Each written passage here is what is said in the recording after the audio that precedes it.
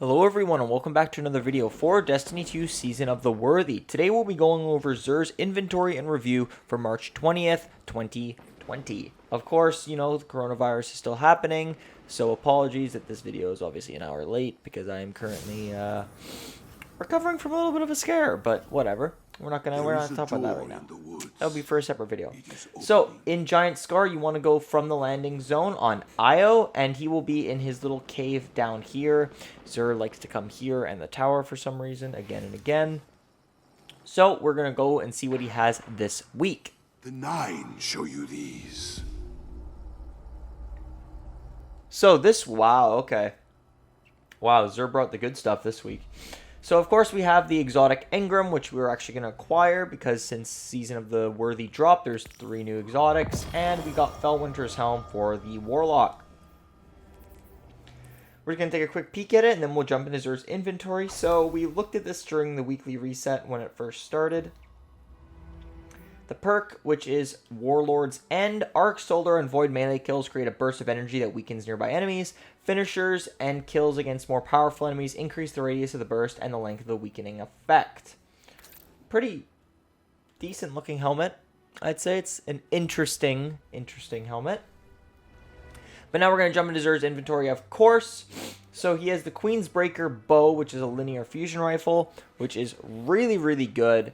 If I do say so myself, still a really well-rounded exotic that I unfortunately do not see in the Crucible anymore. But the exotic perk is Wire Rifle, so fires a long-range precision arc bolt that blinds enemies on hit. And this thing just slaps. This thing just one-shots anything in its sight in Crucible. So a really good gun if you haven't gotten it already. We then have the Oathkeeper Gauntlets for the Hunter, of course. So bow charges can be held indefinitely. You know, in this game, bows have that one little, timed thing to where the shot will actually be shot. You can only hold it down for a certain amount of time. That eliminates it, so you can always hold down your bow's trigger. So that's really good for the, not Queensbreaker bow, the one that allows you to see through walls. I'm drawing a blank right now. But as for the perks on it, I mean, they're all right. Pretty low each category, if I'm being honest. Strength and resilience based, and then everything else is really small. So be aware this one isn't the greatest stat-wise. We then have MK44 Standasides for the Titan with a strength and mobility high number. Again, though, like everything else is just really low, like 6 and 7s.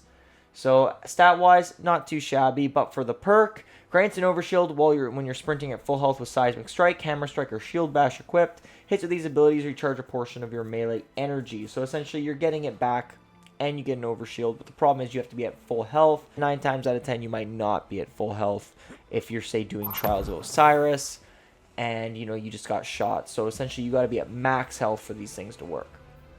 We then have the Ophidian aspects for the Warlock, which have a mobility and strength high in there. See, again, though, the total is 48, so it's not too high. Everything else is very low, so again, be careful with picking these up. The stats aren't the greatest. They are nice-looking gauntlets, though. So weapons ready and reload very quickly, and melee range is extended. These things would be paired great with Felwinter's Helm if only you could do 2 exotics. But I am not really too familiar with these exotics. I don't really use them, and I never really run them. So, do I think they're good? Yeah, there's better exotics out there. So, because it improves ready speed and reload and melee range. But the Warlock already has that, essentially. All the melee range you could want in someone who can slap you across the map.